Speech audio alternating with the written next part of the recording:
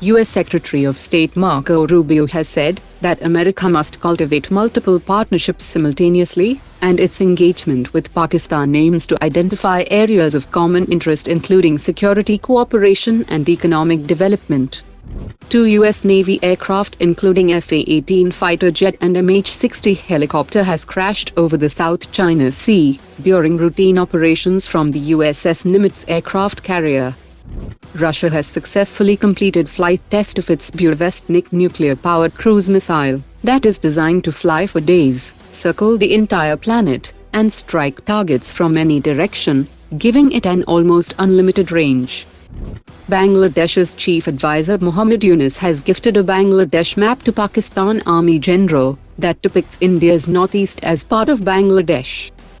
Ukraine and Sweden have signed a landmark defense pact for 150 Gripen-E fighter jets, making it the largest fighter procurement in Ukraine's history.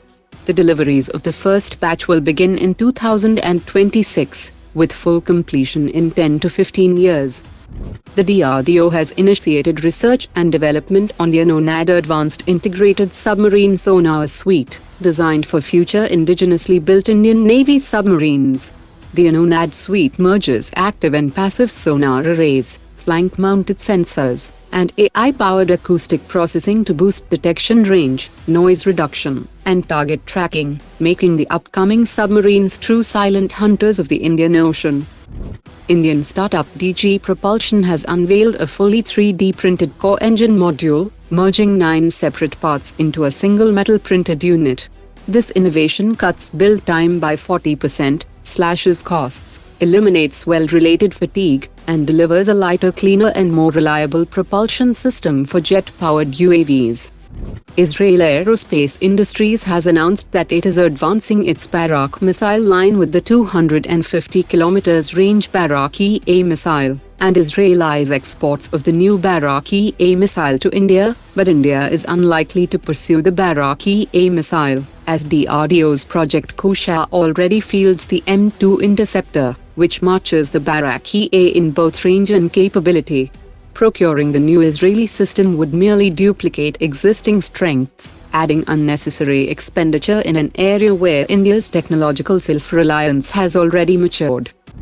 Latest reports indicate that following months of accelerated negotiations, the Indian Air Force is close to finalizing a deal with Russia for an initial batch of 150 R-37M hypersonic beyond visual range air-to-air missiles.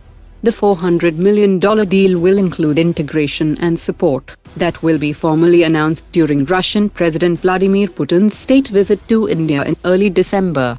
The R-37M will arm Indian Su-30 squadrons with hypersonic killers, capable of engaging targets at 400 kilometers, dramatically extending India's tactical reach in potential two-front scenarios.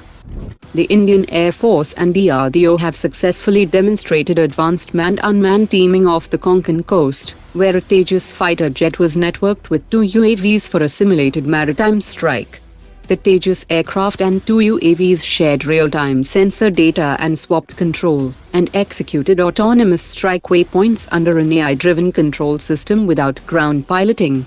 The exercise proved sensor-to-shooter coordination, and ended with a safe recovery in Goa, marking a major step toward AI-enabled network-centric warfare and future autonomous strike operations by the Indian Air Force. Today's top 3 comments.